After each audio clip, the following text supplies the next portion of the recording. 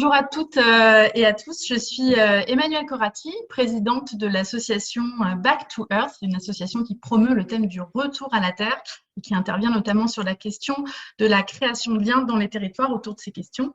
J'ai le plaisir d'animer cette dernière table ronde, une table ronde qui, après les questions du pourquoi, et du comment, se penche sur la question du quoi. Alors, pour ceux qui nous rejoignent, la résilience alimentaire, c'est la capacité des systèmes alimentaires et de leurs entités à fournir une alimentation suffisante et adaptée à tous, même en temps de crise. Et vous l'avez compris, il s'agit d'un enjeu complexe, d'un enjeu systémique qui suppose des rééquilibrages à l'échelle territoriale et nationale dans la gouvernance et les jeux d'acteurs. Alors avec mes invités, nous allons rentrer dans le concret des conditions de succès à réunir, tant au niveau étatique qu'à des échelles plus locales, avec des projets très emblématiques. Nos intervenants ont des profils variés. Ils sont élus, agriculteurs, entrepreneurs, consultants. Et nous allons commencer avec un chercheur. J'ai le plaisir d'accueillir Gilles Maréchal. Bonjour Gilles, vous êtes chercheur associé au CNRS, vous animez le conseil scientifique de Terralim, Territoire et Alimentation, qui apporte conseil et expertise sur les stratégies territoriales. Vous êtes ce que l'on peut appeler un expert sur ces questions et vous avez notamment un regard international. Alors, quelles sont les principales conditions à réunir à l'échelle nationale, Gilles ? Bien, bonjour à tous. Je vais essayer de résumer de façon impromptue ce que j'avais préparé. Donc, peut-être autour de trois messages. Ils sont issus avant tout de mes interactions avec les territoires, les collectivités que j'ai pu accompagner pour construire des stratégies alimentaires. Alors, le premier message que j'aimerais faire passer, c'est que la résilience, ça s'anticipe. Beaucoup des intervenants, à commencer par le ministre, ont cité le projet alimentaire territorial, le PAT, comme un outil qui permettrait de s'organiser localement pour plus de résilience. Or, je constate qu'aujourd'hui, les PAT, les PAT qui sont construits ne prennent pas du tout en compte qu'il puisse y avoir des accidents de parcours. Les PAT qui sont construits le sont faits pour un système alimentaire en période de croisière.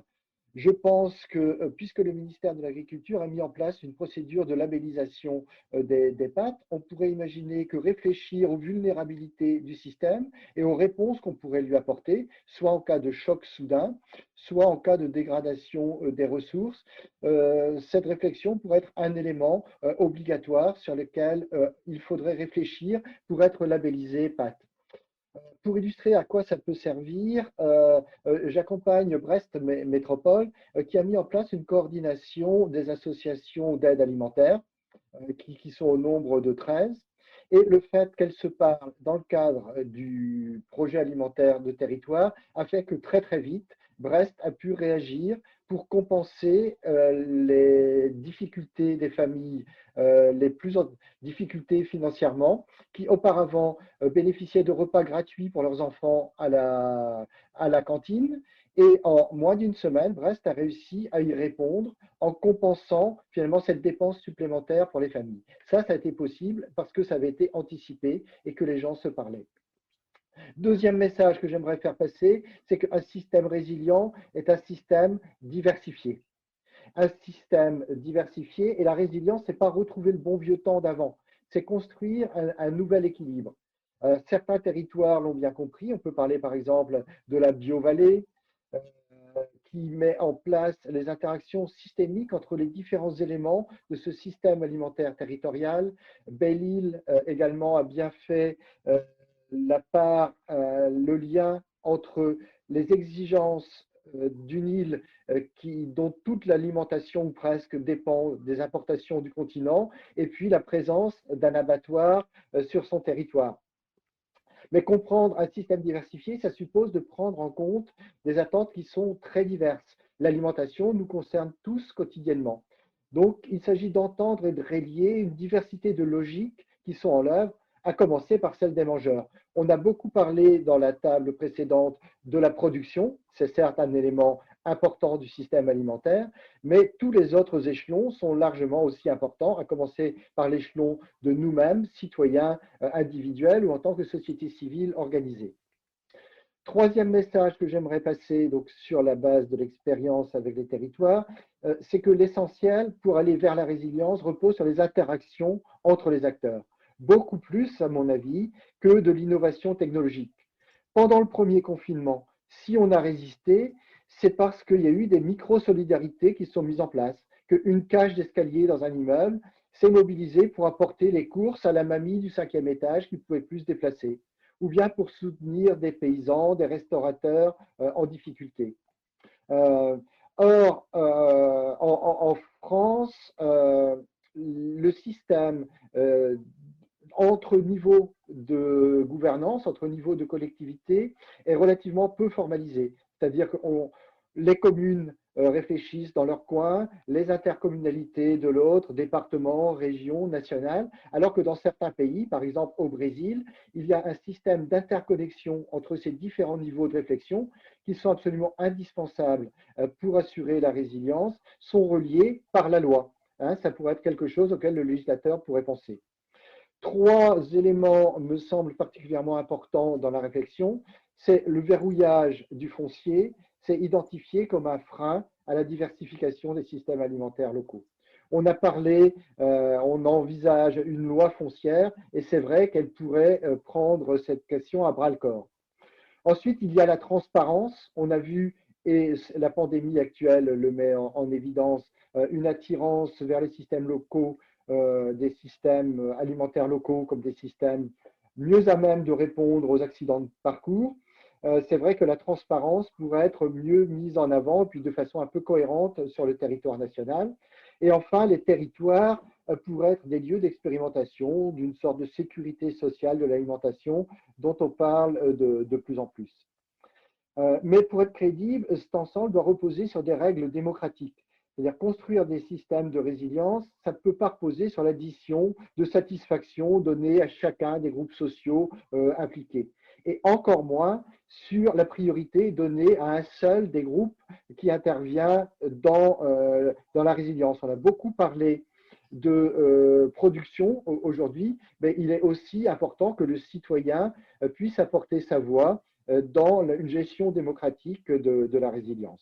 Donc, vous voyez, quatre thèmes que je vous propose à la réflexion, c'est d'une part anticiper, et notamment dans les projets alimentaires territoriaux, travailler sur le foncier, plutôt dans une optique de résilience à long terme, apporter de la transparence sur les produits, et puis une sécurité collective de l'alimentation, et notamment au bénéfice de ceux qui ont plus de mal à se nourrir, avec le défi d'asseoir tout ça sur des règles démocratiques qui prennent bien en compte, et pas seulement sur le papier, tous les intérêts en jeu, et à commencer par ceux des citoyens qui sont aussi des mangeurs. Merci. Merci beaucoup, Gilles, pour ces idées clés que vous mettez en lumière sur les conditions à mettre en place au niveau national. On va maintenant se tourner vers les territoires et aller voir donc de façon très concrète, maintenant en mode flash, des projets emblématiques qui sont déjà en place, qui sont déjà à l'œuvre. Et pour démarrer ce tour de piste, je me tourne vers un territoire qui m'est cher puisque j'en suis originaire, c'est le territoire de la métropole lyonnaise, avec deux premiers intervenants. J'accueille donc Jérémy Camus, donc vice-président à l'agriculture, à l'alimentation et à la résilience du territoire à la métropole de Lyon. Et puis Florian Barallon, vice-président du CNRA et co-gérant du Centre de développement de l'agroécologie. Alors, je me tourne en premier lieu vers l'élu. Un élu aux questions de la résilience, il faudrait en souhaiter un pour chaque territoire. Alors, du coup, Jérémy, quel est votre mandat ? Bonjour à toutes et à tous. Déjà, merci pour l'invitation. Et puis, je vais essayer d'expliquer un petit peu la démarche que la métropole de Lyon est en train de mettre en œuvre de façon un peu macro. Et puis, je laisserai la parole à un cas pratique, en l'occurrence, qui a été mis en œuvre récemment avec Florian à l'issue de mon intervention. Donc, effectivement, vous l'avez noté, Emmanuel, il y a le nouvel exécutif de la métropole, arrivé en juin dernier, a décidé de mettre l'alimentation au cœur de son défi sur ce mandat. Et c'est la première fois qu'au sein de cette métropole, une délégation a été créée spécifiquement sur ce sujet de l'alimentation, de l'agriculture. Et merci pour les apports de Gilles Maréchal à l'instant sur la notion de résilience et comment prendre en compte cette résilience aujourd'hui sur les territoires. Je rejoins beaucoup de ces remarques qui ont été énoncées. Donc, c'est un VP, un vice-président qui a été déterminé, donc c'est déjà incarné au sein de cette métropole la politique qui va être menée. C'est aussi augmenter ses moyens. On a multiplié par 4 le budget destiné à l'alimentation et à l'agriculture sur ce mandat, une enveloppe budgétaire qui était relativement faible jusqu'à présent. Donc on arrive à avoir aujourd'hui un budget de 10 millions d'euros pour traiter cette question de l'alimentation. Et puis, c'est une feuille de route qui s'acte sur 2 grands axes. Le premier axe, c'est la résilience du système alimentaire territorial. Et le deuxième axe, c'est la justice alimentaire, et on en parlera tout à l'heure, mais c'est vraiment les 2 axes qui sous-tendent la politique alimentaire qu'on souhaite mettre en place. Tout ça prend forme dans un PAT. Alors, le PAT, il a un avantage, c'est qu'il apporte un cadre, il apporte un endroit où on va pouvoir mobiliser tout l'écosystème qui touche à l'alimentation. Et ce PAT est en cours d'écriture, après avoir élaboré une stratégie, un diagnostic sur le territoire. Et ce PAT, il a comme objectif, 2 objectifs, du coup, de résoudre cette problématique d'autonomie alimentaire du territoire. Le diagnostic qui avait été élaboré, et merci pour la projection, je la vois à l'instant, c'est à peine 5% d'autonomie alimentaire sur le territoire, c'est-à-dire avec un double phénomène, quasiment 95% de ce qui est consommé par les 1 400 000 habitants de la métropole lyonnaise proviennent de l'extérieur d'un territoire au-delà d'un périmètre de 50 km autour de la métropole de Lyon, donc plus large que le périmètre administratif de la métropole. Et puis un autre phénomène, c'est 95% de ce qui est produit aujourd'hui sur la métropole s'en va du territoire pour aller sur d'autres bassins de consommation. Peut-être sur ce dernier point, je pense que c'est aussi mettre en valeur les potentiels des territoires. Typiquement, la métropole, vous la connaissez pour certains avec l'image d'Épinal du tunnel de Fourvière, les bouchons, le côté vallée de la chimie. Sachez que sur les 54 000 hectares de la métropole, il y a à peu près 24 000 hectares d'espaces naturels et agricoles, dont 12 000 hectares d'espaces agricoles. Ces 12 000 hectares aujourd'hui sont productifs, mais pas forcément productifs en direction de son propre bassin de consommation. Désolé, les cloches de l'hôtel de ville sont en train de retentir. Et donc, il y a aussi l'objectif de revaloriser ce foncier agricole et de le réfléchir sur du circuit dit de proximité, et faire que cette agriculture bénéficie aussi à son propre bassin de consommation.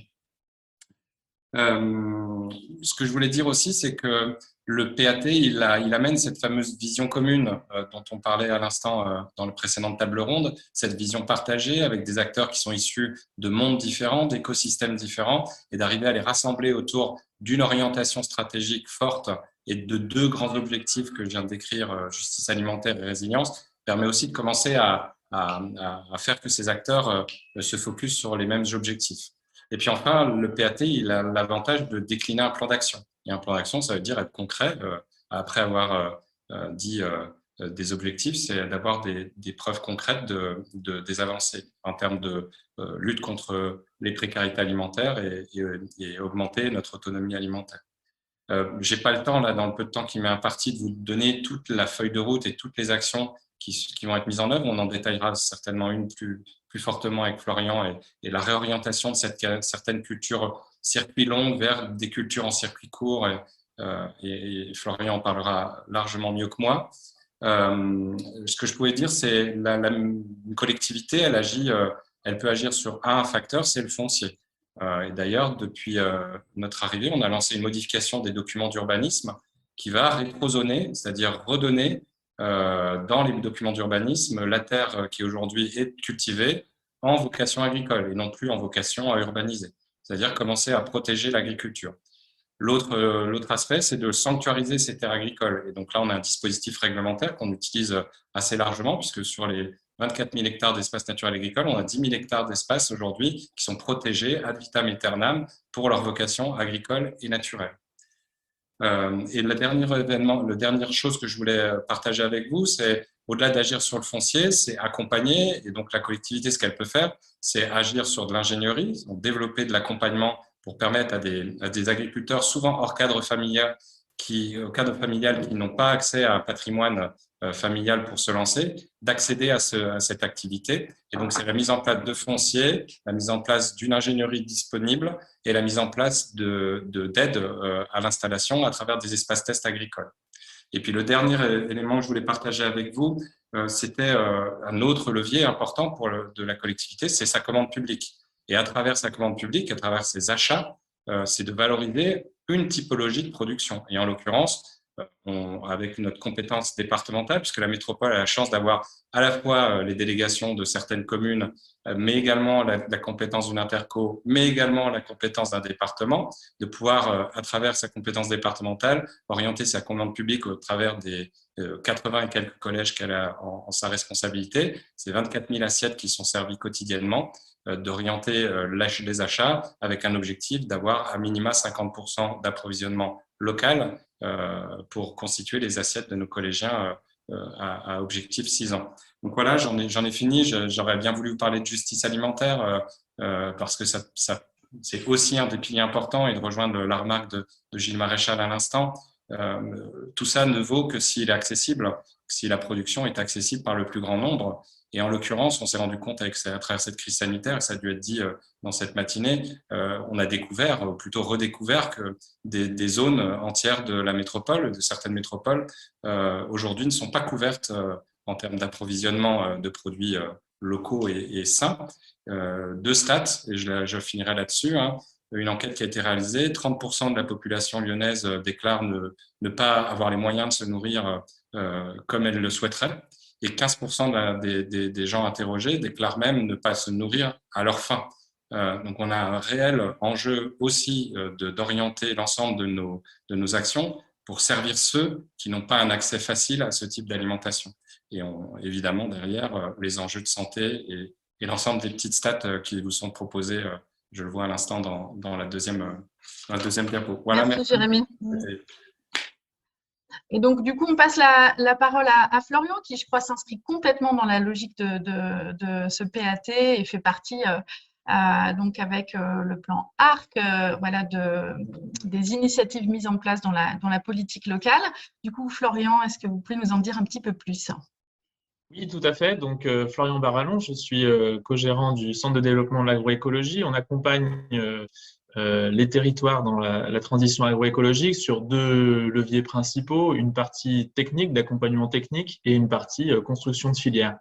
Et donc, c'est en réunissant ces deux compétences qu'en 2016, on est rentré en contact avec la métropole de Lyon pour mettre en place ce projet ARC, agroécologie, au service de la restauration collective. Donc, comme le disait Jérémy Camus à l'instant, en 2015, il y a eu la fusion entre la communauté urbaine de Lyon et le département du Rhône, ce qui fait que la métropole a récupéré la restauration collective des collèges, qui représente à peu près 35 000 repas par jour, donc un vrai levier pour la pro locale.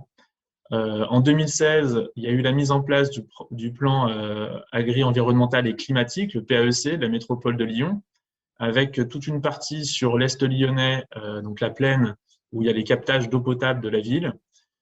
Et donc, c'est la combinaison de ces deux qui nous a amené à réfléchir, lors de l'appel à projet de la Fondation de France Écosystème, Agriculture, Alimentation en 2016, à un projet qui combine à la fois le changement de pratique agricole sur ce territoire du PAEC avec une valorisation en direct auprès de la restauration collective. Donc en 2017, on a commencé le projet par la structuration de la filière, l'entrée de nouveaux partenaires, et en 2018, on a commencé à vendre les premières lentilles en direct auprès de la restauration collective. Donc voilà à peu près le timing du projet. Les objectifs qui sont défendus, portés par les acteurs à la fois agricoles et de la collectivité. Pour les agriculteurs, c'est un objectif évidemment économique. L'idée, c'est de construire une filière qui est viable économiquement, de pouvoir faire de cette filière avec des pratiques agricoles qui sont agroécologiques. Donc, c'est pour ça aussi qu'on les accompagne techniquement. Et puis de pouvoir recréer du lien entre les producteurs et les consommateurs en essayant de valoriser directement les produits de la grande culture. Pour la collectivité, donc c'est l'idée de pouvoir approvisionner localement la restauration collective, d'améliorer la qualité de l'eau des captages d'eau potable de la ville, de renforcer aussi l'assise agricole du milieu périurbain. Voilà, l'idée étant de dire voilà, que l'agriculture qui est périurbaine, elle sert aussi à l'alimentation locale. et puis de participer à éduquer en fait à l'alimentation et au développement durable dans la restauration collective. Au niveau du plan d'action, donc ce projet, il est sur 3 axes, un axe technique, un axe filière et un axe commercialisation. Donc l'axe technique, j'en ai un petit peu parlé. L'idée, c'est d'accompagner techniquement les producteurs donc de grandes cultures à intégrer des nouvelles cultures et à les produire de façon agroécologique avec le moins d'intrants chimiques de synthèse possible. Un axe filière qui vise donc à mettre tous les acteurs de la filière, donc je les présenterai après, autour de la table, de définir ensemble un prix qui soit rémunérateur, donc un prix juste tout au long de la chaîne de valeur, et d'aller sur une qualification de la production pour pouvoir la valoriser dans la restauration collective. Et puis un axe commercialisation où l'idée c'est de à la fois sensibiliser les acheteurs de la restauration collective, évaluer la demande et les contraintes qu'ils ont et contractualiser avec eux pour faire en sorte de sécuriser l'ensemble de la filière. Les différents partenaires de cette chaîne de valeur, donc évidemment, il y a des producteurs, il y a une coopérative, Oxiane, qui s'occupe du triage et du stockage des lentilles, des productions. Ensuite, on a Émergent, qui est une structure d'insertion qui s'occupe du conditionnement et de la livraison à la restauration collective. Et ensuite, on a donc Via Terroir, qui est une plateforme de mise en lien entre les acheteurs et la filière pour pouvoir organiser l'approvisionnement. Et les autres acteurs, les autres partenaires, donc des partenaires techniques et recherche avec la Chambre d'agriculture, l'ISAR à Lyon, et donc l'accompagnement technique des producteurs avec le CDA. La filière est soutenue financièrement par la métropole de Lyon et l'agence de l'eau Rhône-Méditerranée-Corse qui apporte son concours financier. Les résultats aujourd'hui, donc on a une quinzaine de producteurs déjà engagés dans la démarche. Pour 2021, on a une vingtaine de tonnes de lentilles qui sont contractualisées avec la filière. L'idée de 2021, c'est vraiment d'accélérer et de passer à l'échelle. Et donc pour ça, on recrute de nouveaux producteurs. On diversifie aussi cette filière grande culture sur d'autres productions que la lentille. Et donc, on ouvre aussi la filière à une gamme agriculture biologique. Voilà pour moi. Merci beaucoup, Florian. Donc, c'est un projet emblématique qui mobilise producteurs, collectivités, agences locales et qui fait du coup profondément écho à un autre projet en territoire rennais. N'est-ce pas, François? Voilà, donc j'accueille François, Henri, et en même temps, je crois qu'il y a aussi Christiane Lambert qui nous rejoint par anticipation parce qu'elle a une petite contrainte de temps sur la fin de matinée, donc on vous accueille aussi. Donc, François, vous êtes le fondateur de Tout près d'ici, vice-président du CNRA, et j'aimerais que vous nous présentiez le projet Terre de Source et sa contribution à la résilience alimentaire du territoire rennais. Eh bien, c'est parti. C'est parti et en fait, résilience, c'est un mot complexe à comprendre. Et je pense qu'il est important de l'illustrer et le projet Terre de Source, effectivement, sur Rennes, l'illustre particulièrement bien. On voit depuis ce matin qu'il faut partir d'un constat. Et le constat, c'est les eaux du bassin rennais, la collectivité des eaux du bassin rennais, dont le métier est de distribuer l'eau potable à l'ensemble des habitants d'Ille-et-Vilaine, part du constat que l'eau est de plus en plus polluée et du coup de plus en plus coûteuse à aller distribuer auprès des habitants. Pourquoi cette eau est polluée? Parce que la Bretagne, effectivement, et c'est la politique des années 60, est une région où l'intensification de la productivité a entraîné beaucoup d'intrants sur l'ensemble des agricultures. Il pleut, ça passe sur les terres agricoles, ça va dans les ruisseaux, et c'est cette eau-là qui doit être redistribuée auprès des habitants d'Ille-et-Vilaine. Eh bien, la collectivité d'eau du bassin rennais a décidé d'inverser la tendance et du coup de travailler avec les agriculteurs et de travailler sur une meilleure qualité de l'eau. En aval, on a des consommateurs. Vous savez ce qu'ils mangent en Bretagne? Ils mangent des galettes, les consommateurs en Bretagne. Avec quoi on fait des galettes? On fait des galettes avec du blé noir et avec du sarrasin. Et comment est-ce qu'on fait pour travailler sur la qualité de l'eau alors qu'on a à la fin des consommateurs qui mangent du blé noir et du sarrasin? Eh bien, en fait, les galettes, majoritairement, le blé noir et le sarrasin, il est importé. Donc, l'idée, c'est bien entendu de remettre une culture de sarrasin et de blé noir en Bretagne. Et l'avantage, on a parlé de diversification, et ben quand on réintroduit une culture sur des terres agricoles, forcément, on est sur de la rotation de culture et donc on est sur une meilleure qualité de la terre. Et donc, quand on refait de cette chaîne-là, on a des producteurs qui vont diversifier leur culture, on va aller chercher des meuniers pour faire de la transformation, on va aller chercher des industriels pour transformer ce blé noir en galettes, et on va aller trouver des consommateurs qui vont continuer à manger des galettes, qui vont l'avoir de façon locale et qui, en plus, quand ils vont boire de l'eau du robinet, auront une meilleure qualité de l'eau. Voilà, c'est juste une illustration simple et efficace de ce que peut être la résilience alimentaire. Et c'est aujourd'hui des projets qui sont en train de se démultiplier. C'est la mise en place de filières locales qui va du début, c'est-à-dire de la production, jusqu'à l'aval de la consommation sur des produits emblématiques et avec des diversifications à venir. Merci beaucoup, François.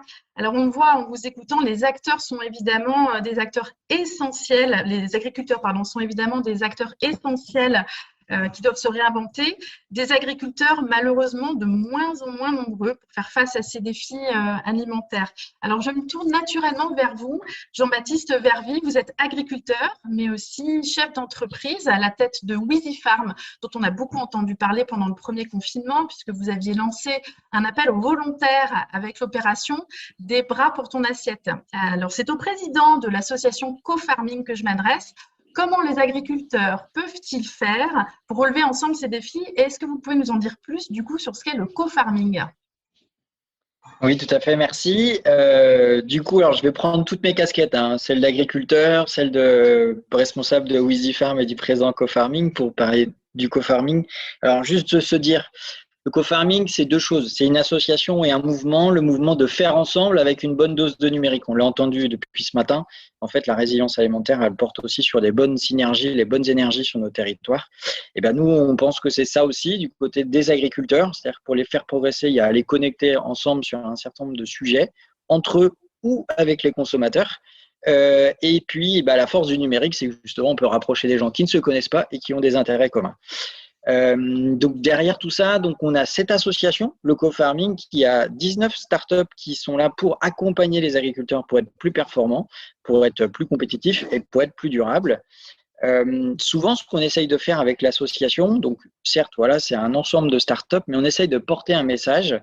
On essaye de labourer les cerveaux, si je peux faire un jeu de mots agricole, parce qu'en fait, si on veut avancer, il faut qu'on sorte.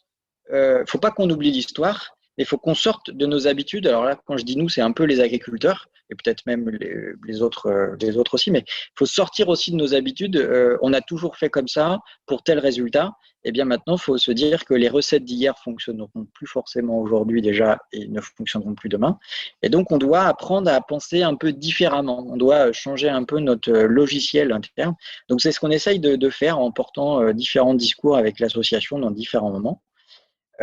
Pour justement s'autoriser à accepter justement de travailler différemment. Et il y a des startups qui permettent d'amener des solutions justement pour accéder à des leviers de croissance. Alors ça tombe bien parce qu'il y en a dans l'association et il y en a un certain nombre sur des sujets qu'on a très peu abordés, mais qui sont quand même assez clés en fait sur les productions et sur la consommation locale. C'est tout ce qui va être la logistique. C'est extrêmement compliqué. Tout le monde n'a pas envie d'aller sur une ferme. Il y a le quotidien des gens, hein, c'est-à-dire quand vous êtes femme célibataire ou pas d'ailleurs, hein, vous êtes en couple, vous finissez votre boulot à 18h, vous avez les gamins à chercher à la crèche, et vous n'avez pas forcément le temps d'aller faire vos courses chez un petit producteur. Et donc, il faut l'intégrer. Ce n'est pas qu'on n'a pas envie d'acheter local, mais il faut l'intégrer dans son organisation. Et donc, bref, il y a tout le sujet de la logistique. Et là, on a des startups comme le Chemin des Murs, d'ailleurs, qui est un peu du secteur de Lyon, qui travaille sur ce sujet-là. On a près de nous. On a une startup qui marche très très bien, alors qui est un peu plus loin de l'alimentaire, mais qui connecte quand même les consommateurs. Et je sais qu'ils vont arriver sur des choses sur l'alimentaire qui s'appelle Agricolis et qui organise des relais colis en fait dans les fermes. C'est-à-dire que les agriculteurs reçoivent des gros colis qu'on commande sur Internet, canapés par exemple, et les consommateurs vont chercher leurs colis. Mais quand on est producteur de fraises, c'est vachement pertinent parce qu'on fait venir des consommateurs chez soi. Et ça, c'est intéressant. Agricolis, c'est une start-up qui a déjà reversé 1 million d'euros aux agriculteurs depuis ces 2 années de fonctionnement. Donc, en plus, ça, c'est des services qui ramènent du revenu aux agriculteurs. Et donc, c'est des services intéressants. C'est 400 € de revenus moyens par mois, justement, pour les agriculteurs. Donc, c'est loin d'être anodin. Et on a d'autres start-up comme Ferme Direct, AgriVillage. Et puis, il y a aussi tout des startups qui accompagnent au changement de pratique. On l'a vu, on a parlé d'agroécologie. Voilà, je suis aussi adhérent pour Agriculture du Vivant, pour la peine. Hop, je fais une petite pub. Et là, il y a aussi pas mal de changements de pratique. Donc, on a Farmly, Neai, qui sont des structures qui accompagnent sur le partage de savoir. Et enfin, comme vous l'avez dit, eh ben, moi, je trouve que c'est compliqué de parler de consommer local et de résilience alimentaire sans prendre en compte la dimension sociale. C'est sur ce sujet qu'on travaille avec WheezyFarm et l'initiative Des bras pour ton assiette, pour essayer de connecter des gens à venir travailler dans l'agriculture. Alors, il y a ceux qui se connectent facilement, et puis il y a ceux pour lesquels il faut apprendre aux agriculteurs à faire confiance à des gens qui n'ont pas forcément un cursus agricole, et à ceux qui veulent venir bosser dans l'agriculture, à leur apprendre des techniques, parce que c'est pas que en mode coup de main, où c'est des métiers techniques, il faut les connaître. Et puis, il faut les faire connaître, d'ailleurs, tout court, d'ailleurs, ces métiers, et attirer plein de gens dans cet univers. Donc, voilà différentes startups, différents sujets sur lesquels on travaille. En fait, c'est une boîte à outils derrière le co-farming qui sert tant aux agriculteurs qu'aux élus ou qu'aux acteurs des territoires pour essayer d'avancer plus vite sur le sujet qui nous concerne aujourd'hui, qui est la résilience alimentaire. Merci beaucoup, Jean-Baptiste. Alors, tout petit changement de programme, on s'adapte et on en est désolé du coup pour l'ensemble des intervenants de cette table ronde. On a une petite contrainte parce qu'on a la chance d'avoir avec nous aujourd'hui Christiane Lambert de la FNSEA qui nous a rejoint, mais qui doit nous quitter assez rapidement. Donc, on interrompt momentanément cette table ronde qu'on reprendra juste après pour lui tendre la parole. Alors, Christiane, vous venez d'entendre voilà, des exemples de start-up qui apportent du vent frais voilà, dans cet univers de l'agriculture. Voilà, comment souhaitez-vous rebondir et puis voilà, nous passer des messages ce matin. Merci Christiane. Merci beaucoup. Merci pour l'invitation. Alors, j'ai la chance d'avoir pu écouter l'intro du ministre et le début des propos. Et puis, je vous ai suivi. Donc, j'ai entendu la ville de Rennes, la ville de Lyon. J'ai entendu Monsieur Maréchal. Propos très intéressants. Merci. Je connais un homonyme à vous très différent. Et puis, les exemples qui ont été cités par Monsieur Barallon, Monsieur Vervy. Bravo pour l'initiative. Je ne connaissais pas de très près ce que vous faites. Je salue les parlementaires qui ont pris cette initiative. J'ai eu l'occasion de rencontrer Madame Yolande de Courson parce que nous avions parlé de précarité alimentaire et de son attachement à trouver des solutions. La FNSEA, nous avons beaucoup travaillé sur le chèque alimentaire parce que, comme ça vient d'être dit tout à l'heure par différentes personnes, on a mesuré pendant le premier confinement la fermeture des cantines, la précarité alimentaire pour certaines familles. Or, l'alimentation est un besoin premier et bravo pour connecter résilience, territoire et alimentation. Alors oui, cette crise du Covid a eu ça de bon, c'est qu'elle a remontré qu'est-ce qui est essentiel, se nourrir, se soigner, travailler. L'alimentation est revenue en force comme essentielle et beaucoup de Français ont redécouvert la chance qui était celle de chacun de nous de pouvoir avoir accès à une alimentation saine, sécurisée, diversifiée, accessible. Alors majoritairement achetée en grande distribution, c'est 75%. Serge Papin connaît ça très bien. Et pendant le confinement, avec la fermeture des restaurants, ces achats en grande surface ont encore augmenté. Mais les Français confinés, télétravaillant et cuisinant, ont redécouvert le plaisir d'acheter en local. La commercialisation chez les commerces de proximité a beaucoup augmenté, l'achat chez les producteurs locaux aussi, la recherche de produits locaux, bio, a beaucoup augmenté. Donc, il faut capitaliser sur ces changements d'habitude qui, malheureusement, ne se sont pas reproduits autant pendant le deuxième confinement. Et qu'en est-il pendant le troisième, point d'interrogation? Et je trouve que dans ce que vous avez exprimé, il y a beaucoup de solutions positives.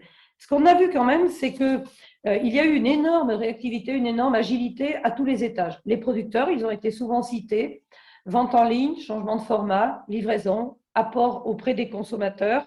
Les industries agroalimentaires qui sont passées d'emballage de 10 kg de fromage blanc à des petits packaging, faire tourner les chaînes jour et nuit, parce que quand même, il y a eu une alimentation en quantité plus importante parce que les restaurants sont fermés. Des entreprises agro-industrielles qui ont été capables de faire tourner les chaînes pour répondre à plus 300% d'achats de pâtes, plus 140% d'achats de farine sur une semaine. Heureusement qu'il y a les gros circuits qui savent transformer, stocker, avoir du stock en rayon et même servir plus 44% d'œufs sur 15 jours. C'est assez invraisemblable quand même. Les poules n'ont pondu quand même qu'un œuf par jour chacune, mais on a réussi à satisfaire les consommateurs. Il n'y a pas eu de pénurie. Je pense qu'il faut mesurer la chance qui est la nôtre. d'avoir cette agriculture-là. Alors, on le doit à l'ensemble de la chaîne alimentaire, les producteurs souvent cités, ceux qui collectent le lait, ceux qui ont abattu les animaux, ceux qui ont transformé dans les industries agroalimentaires, les chauffeurs, livreurs, etc. Ça a appelé les élus à regarder l'alimentation autrement. Et je note avec satisfaction que dans les conseils municipaux aujourd'hui, il y a chargé de l'agriculture. J'avoue qu'à Lyon, ça ne coulait pas de source dans la métropole lyonnaise, tout comme à Paris avec Madame Pulvar qui est chargée de l'agriculture. Derrière l'alimentation est réapparue l'agriculture. Certains pensaient que les rayons étaient pleins sans qu'il y ait d'agriculteurs. Et en fait, c'est l'ensemble de cette chaîne alimentaire qui a été vertueuse. Et même si le blocage du canal de Suez a bloqué des gros porte-containers, ça n'a pas impacté l'alimentation. Pourquoi? Parce que nous avons la chance en France et en Europe d'avoir une résilience alimentaire et une sécurité alimentaire qui a été construite par des politiques publiques. Là aussi, l'alimentation, c'est un secteur politique. C'est un secteur où la politique publique doit intervenir parce que l'accès à l'alimentation est vraiment capital. Alors, la chaîne alimentaire a tenu mais a montré des fragilités. Je ne reviens pas sur ce qu'a très bien dit Jean-Baptiste Vervy sur le manque de main-d'œuvre. C'est quand même un comble qu'on ne trouve pas en France avec le nombre de chômeurs que nous avons, des gens pour venir travailler, faire nos récoltes, nos moissons, nos cueillettes, etc. Je pense qu'il faut reconnecter les Français avec ces travaux-là qui sont passionnants et physiques, parfois durs. Et nous y travaillons pour avoir cette attractivité-là. Et puis, dire aussi que la foule d'initiatives qui ont eu lieu sont quand même un miracle extraordinaire.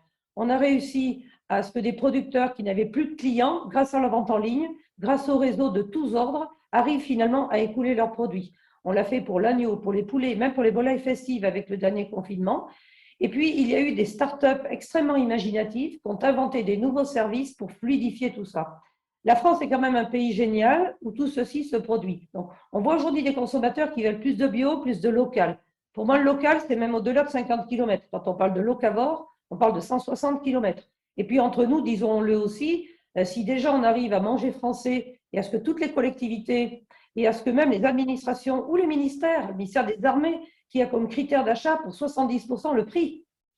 Quand le représentant de la ville de Lyon dit on a multiplié par 4 le budget, alimentation, je dis bravo, c'est la clé. On ne peut pas manger local, plus frais, de saison et bio en proportion comme c'est imposé aujourd'hui et le faire au même prix. Donc, il y a des propos extrêmement cohérents de ce que vous énoncez. Et pour ne pas manger trop de temps, parce que je sais que le temps et le chronomètre est votre ennemi premier aujourd'hui, je voudrais identifier quelques freins.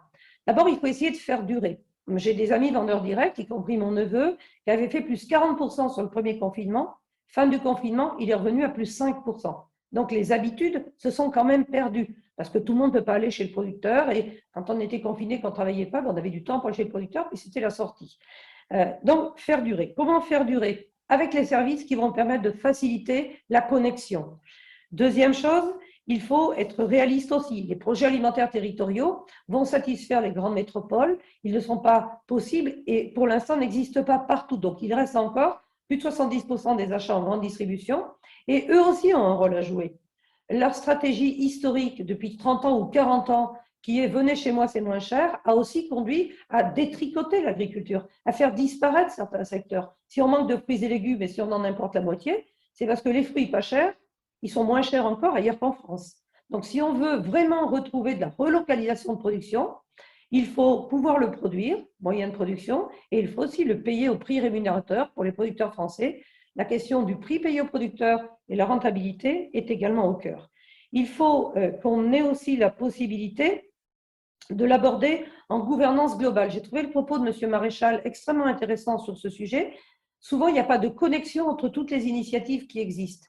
M. Barallon a cité les chambres d'agriculture qui ont joué un rôle aussi de facilitateur pour rapprocher avec les producteurs. On a des organisations qui sont implantées dans tous les territoires, qui sont installées, institutionnalisées, qui connaissent vraiment par cœur le territoire, qui jouent aussi un rôle pour garder des ceintures vertes autour des villes et ne pas tout urbaniser. Parce que j'apprécie beaucoup que les villes disent aujourd'hui qu'il faut moins urbaniser et garder des ceintures vertes. Je sais que la ville de Rennes le fait historiquement depuis une vingtaine d'années et c'est très bien, mais ça n'a pas été le cas de toutes les collectivités. Donc oui, cette question de l'alimentation et de l'agriculture est revenue au devant de la scène et amène les Français à se poser de nouvelles questions.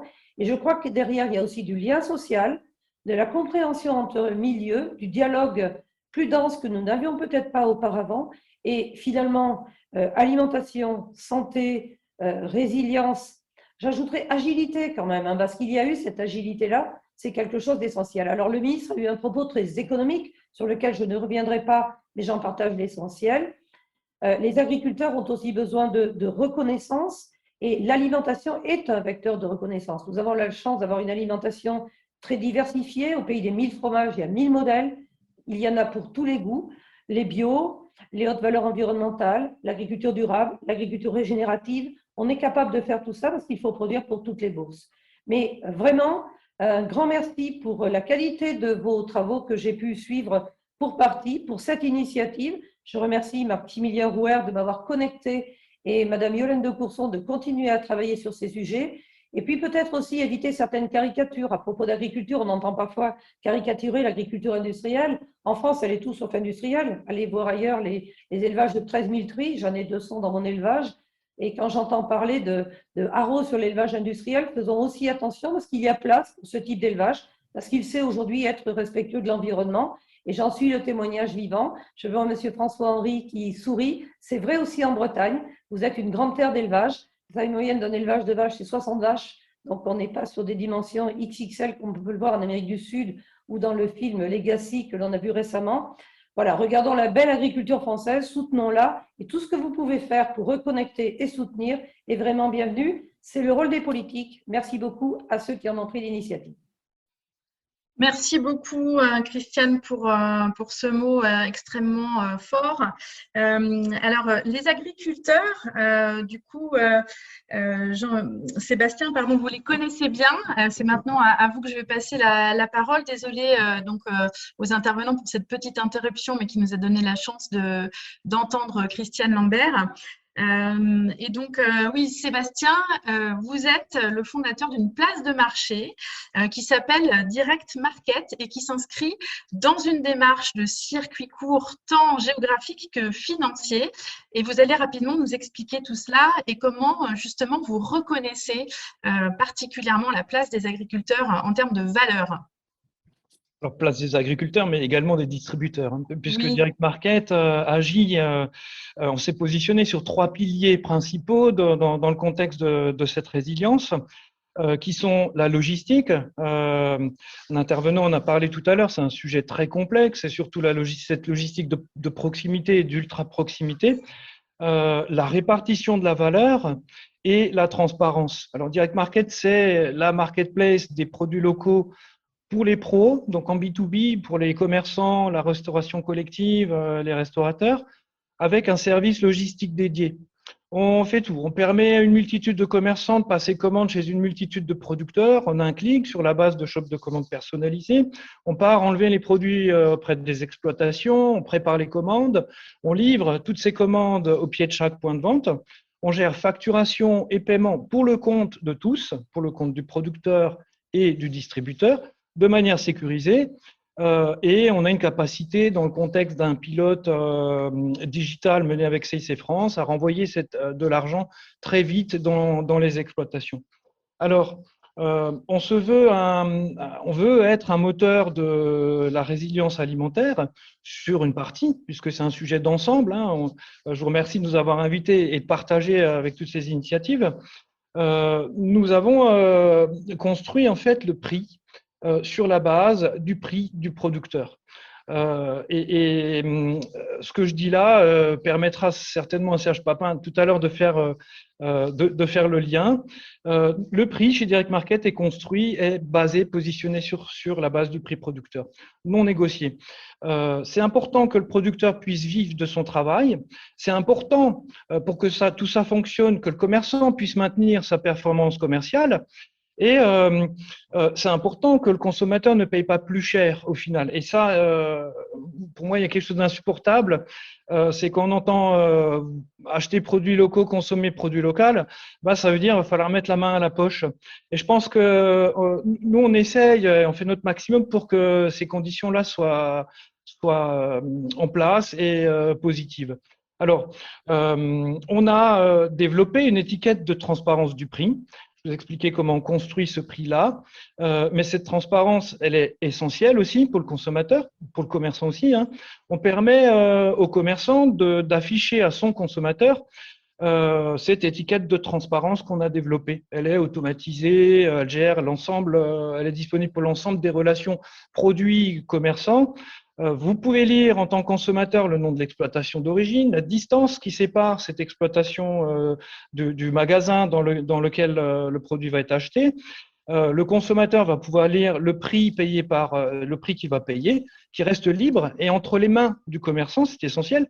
Et il va également pouvoir lire la part qui revient à chacun, la part qui revient au producteur, celle qui revient au commerçant, la part de la logistique et bien sûr la part du fonctionnement de direct market. Merci à vous du coup de nous avoir illustré voilà, comment une place de marché et une redistribution de valeur pouvaient contribuer à la résilience alimentaire. Voilà, c'est la fin de nos petits témoignages flash de solutions locales emblématiques qui, à différents niveaux de la chaîne de valeur, peuvent intervenir sur ce sujet de la résilience alimentaire voilà, à des échelles territoriales. Donc, c'est un petit peu frustrant parce que rapide, mais voilà, tout le monde pourra se renseigner sur vos différentes initiatives. Pour clore cette table ronde et cette matinée, j'ai le plaisir d'accueillir maintenant notre grand témoin, Serge Papin. Alors, Serge Papin, vous avez longtemps été à la tête du groupement coopératif Système U. On vous connaît aussi pour le manifeste Osons demain, pour la transition écologique des entreprises.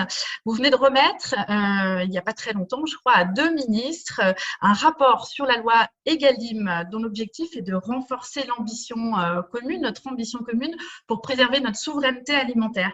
Alors, quelles sont les principales recommandations de votre rapport et puis en quoi est-ce que ces recommandations font écho à tout ce que vous venez d'entendre, justement? Bien, merci. Écoutez, je voulais d'abord réagir sur ce que j'ai entendu depuis ce matin, puisque je participe à la réunion depuis ce matin. Et en fait, il y a un ressenti d'abord. Bravo, parce que c'est un modèle d'intelligence collective. Vraiment. Hein.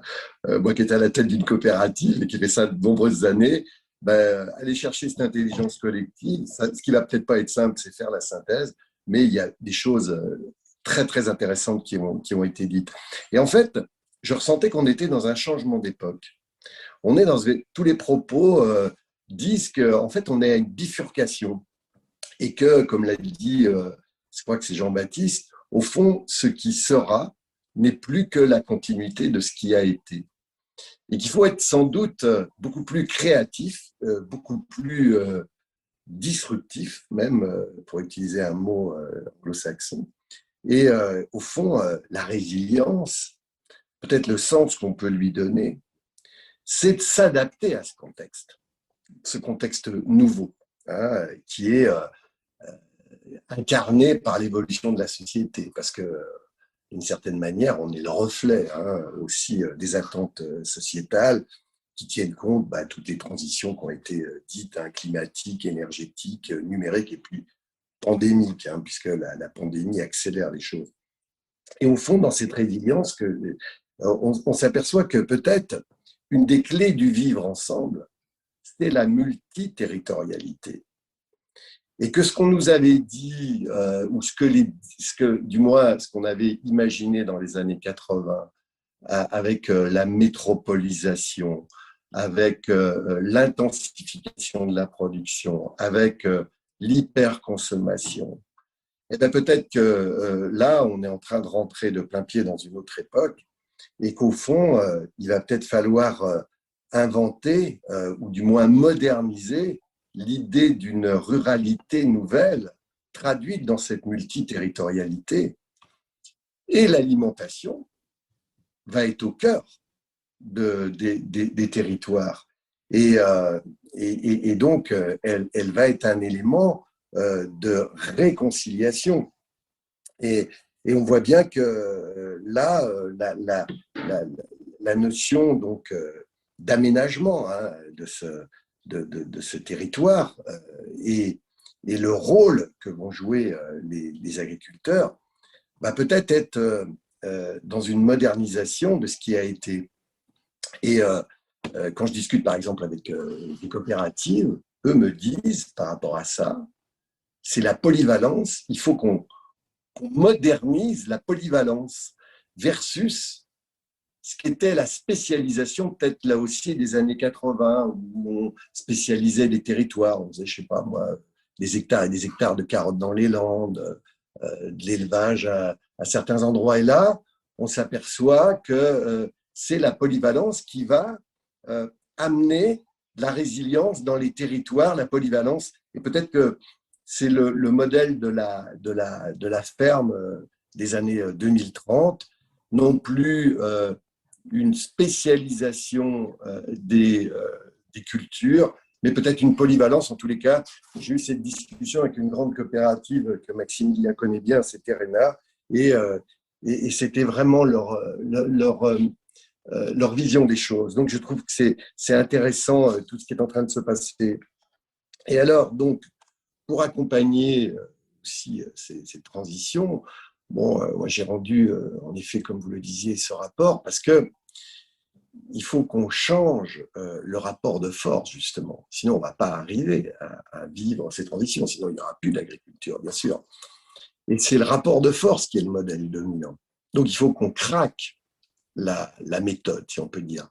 Et on voit bien depuis, moi j'ai vu ça avec la mise en place de la loi de modernisation de l'économie, hein, c'était en 2008, on a bien vu que la guerre des prix qui se réactivait a fait porter tout l'effort des prix, donc pour le consommateur, sur le monde agricole. C'est assez facile à comprendre, hein, comme il y avait une négociation assez brutale entre le distributeur et le transformateur, c'est l'agriculteur, c'est l'agriculture qui a servi de variable d'ajustement. Et donc, moi, j'ai pu voir, comment dirais-je, un appareil agricole en souffrance depuis une quinzaine d'années. Et donc là, la recommandation phare pour sortir de tout cela que je propose, c'est qu'on inverse le modèle. Et que la matière première agricole, donc qui va être négociée entre le producteur et le premier transformateur, eh bien, à partir d'indicateurs de coûts de production qui existent aujourd'hui, qui sont la plupart du temps portés par les interprofessions, dans lesquels on retrouve d'ailleurs tous les collèges, hein, distributeurs, transformateurs, producteurs, eh bien, ces indicateurs de coûts de production peuvent servir de référence dans le cadre de cette première négociation. Et une fois que cette négociation est faite, à partir de ces indicateurs, qui seront dûment contrôlés, eh bien, il y aura dans la négociation d'après, avec le distributeur, pour la part de la matière première agricole, une non-négociabilité de ce qu'aura été la première négociation, donc qui va servir de fil conducteur et qui garantira donc là un prix dans la cour de ferme, prix qui aura été négocié et non plus l'aléa du ruissellement comme c'était le cas avant. Et assorti à ça une pluriannualité de la contractualisation, ce qui donne aussi la sérénité du temps long pour tout le monde, parce qu'autrement, évidemment, quand on a des accords qui sont remis en cause chaque année, on ne vit que dans l'angoisse, l'inquiétude et la crainte, alors que si on a le temps long devant soi et si on a des contrats pluriannuels, donc c'est cette théorie du contrat, ce contractualisme qui change le dialogue. Ce n'est pas simplement d'ailleurs un engagement juridique, mais c'est aussi une qualité du dialogue qui évolue. Et donc, prix des matières premières agricoles non négociables pour leur part dans l'accord commercial et pluriannualité. Donc, on aura là, bien sûr, une évolution du prix payé aux agriculteurs, j'en suis sûr. Il faut pour cela, bien sûr, changer le dispositif législatif et il faut sans doute amender un peu cette loi de modernisation de l'économie qui est du rapport de force, qui est brutale et qu'on amène un peu, grâce à ça, de régulation. Christiane Lambert l'a dit, l'agriculture, c'est aussi un bien commun, c'est aussi un endroit où les pouvoirs publics doivent s'impliquer. D'ailleurs, on peut constater que un des pays les plus libéraux, les plus libérales du monde, qui est les États-Unis, est aussi le plus interventionniste en matière d'agriculture. Donc, il faut amener un peu de bien commun dans les accords commerciaux. Sinon, on n'aura plus d'agriculture demain. Donc, c'est la souveraineté qui est en jeu aussi. Voilà. Merci beaucoup, Serge Papin, pour cette clôture, voilà, cette table ronde qui nous a permis de voir à la fois les solutions à mettre en place au niveau local et puis tout ce qui devait être mis en place à un niveau étatique. Voilà, on est sur un sujet politique, on l'a bien senti. Donc, pour clore cette matinée, je passe tout de suite la parole à Maxime Rouer après avoir remercié chaleureusement l'ensemble de nos intervenants. Merci beaucoup. Merci Emma, merci Serge, merci Christiane, merci à toutes et à tous. On a vraiment dépassé l'horaire, je vais être très très bref. Remerciements vraiment à toute l'équipe du CNRA encore une fois. On vous donne rendez-vous l'année prochaine pour suivre les évolutions et les progrès. Et merci, bon appétit. Et la résilience alimentaire, vous l'avez compris, est un sujet politique et il sera ce que l'on sera capable d'en faire ensemble. Merci Serge pour le clin d'œil. Effectivement, ça sera l'intelligence collective qui nous permettra ensemble de faire face en étant capable de dépoussiérer un peu peut-être les vieilles rancœurs qui opposent les uns avec les autres. Ces rancœurs nous freinent, maintiennent le statu quo. On a besoin aujourd'hui de travailler vers un objectif commun qui est cette résilience alimentaire pour une sécurité nationale. Merci à tous, merci et bonne journée.